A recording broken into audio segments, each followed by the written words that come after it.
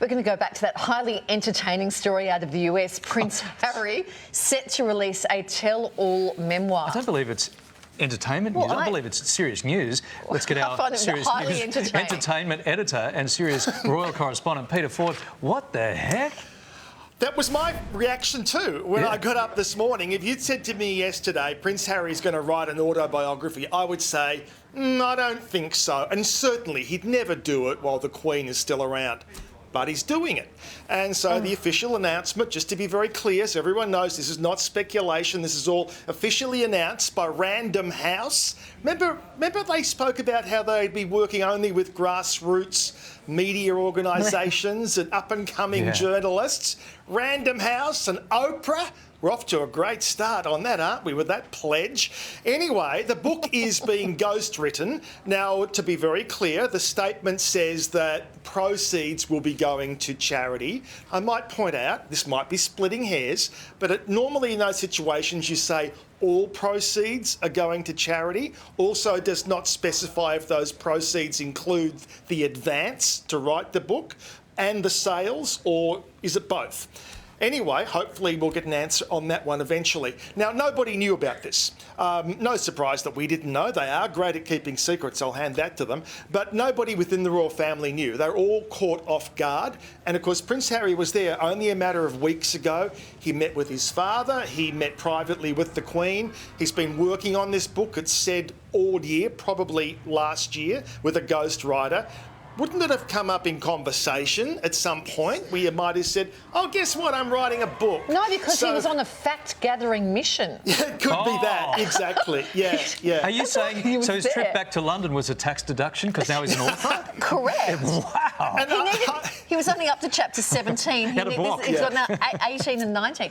Pete, what do we reckon the advance is on this, money-wise? Well, the speculation is $20 million US, which is ginormous. It's incredible. And of course, it probably will sell. It will certainly generate enormous publicity and talk. Yeah. But even if only 10% of the book is negative, that's the 10%, of course, that will become the story, and we will jump on that. Do you think that's what we'll grab onto? We will do. But it's horrible for the royal family. You know, why does he need to do this? I don't get it. Well, I just don't get it. Isn't he still making money from his first book, which was my favourite? Here it is. I think we've got a shot of How to Play Billiards Naked Safely. No, there you go. That's in the self-help section. That's where I found it. It's a good read. You know what? I can say the ending was quite predictable. Right.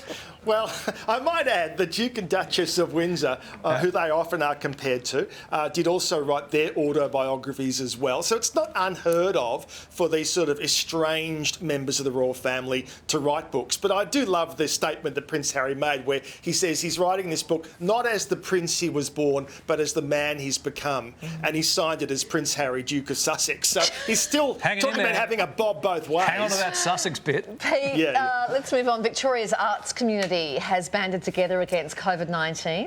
Yeah, this is lovely. So what the various sectors of the arts world in Melbourne, opera, ballet, theatre, all sorts of things, they got together and said, let's send out a message. We want people to get vaxxed selfishly so we can get back to work and do what we love to do and need to do to make a living. So they've put together this ad to really encourage people to go out and do it. Let's take a look at this. Let's give COVID its final curtain call. And go back to what we love most. Bringing you the best art, performance and entertainment from around Australia and the world. So thank you, Victoria, from the bottom of our hearts. We can't wait to give you a standing ovation.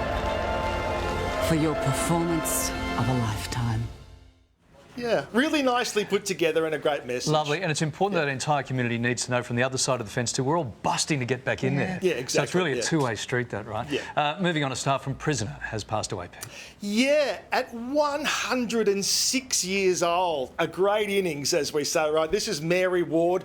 People who remember Prisoner would remember Mum Brooks from Prisoner. She used to tend the garden. She was the nice, lovely, soft, motherly figure in the show, you know, as opposed to all the other wild, crazy people in it. And she was a great character. She, of course, had a great career before she went into prison, as a lot of the cast in that show did, in the theatre and in radio. In fact, she was the first female announcer on the ABC. There's a recent photograph of her, and she was much loved and cared for. Sadly, her nephew made a point that she was going really, really well, but the last 18 months with the lockdowns and the lack of visitors really took a terrible toll on, you know, her mental stimulation. So today we take our hats off and remember Mary Ward, who was mum in Prisoner. Yeah, 106 years old. All right, Pete, thank you very much, mate. We'll talk to you again later, and if anything develops on the Prince Harry book, please break straight back into the program.